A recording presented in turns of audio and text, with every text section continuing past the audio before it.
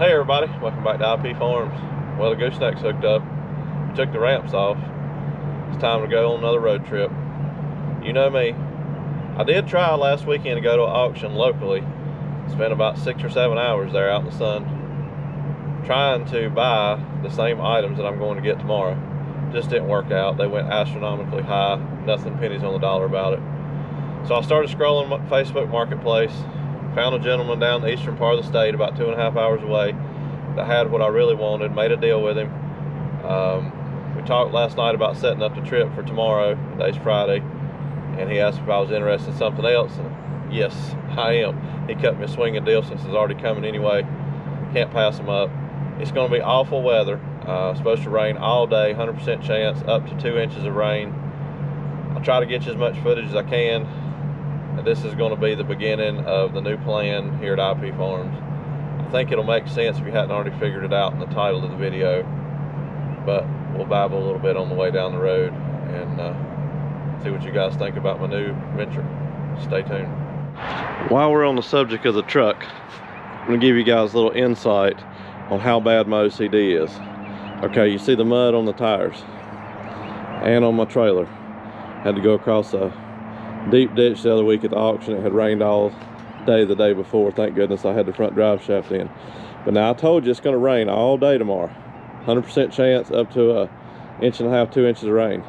But I cannot stand to start off with that mud ring around my tires. How crazy is that on an old wore out service truck? Same way with the trailer.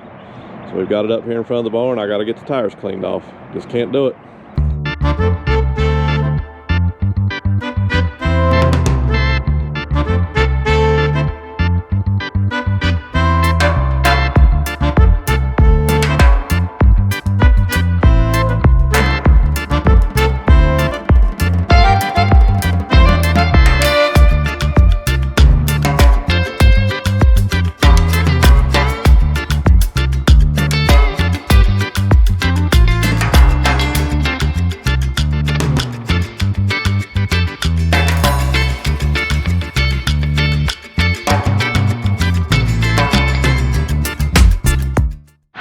Well, it's clean.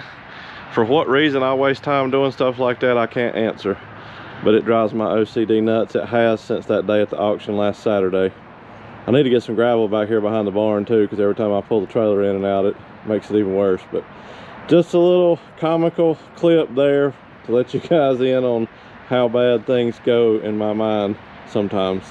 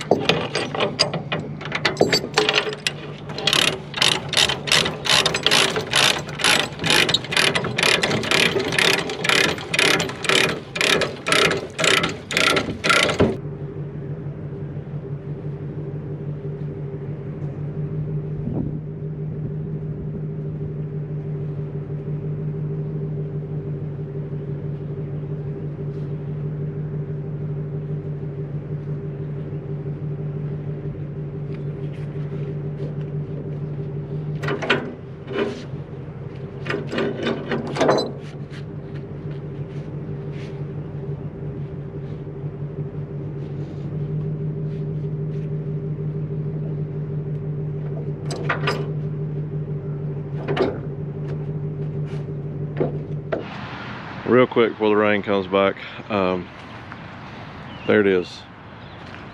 Danish time cultivator. It was a 4-row. It has been cut down to 2, which I like.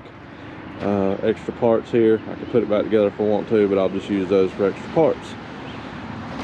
Then we have the lilliston rolling cultivator, spider cultivator, however you want to call it. It does not have the back feet on it, which I'm not worried about that. This was a last minute deal, but those baskets go really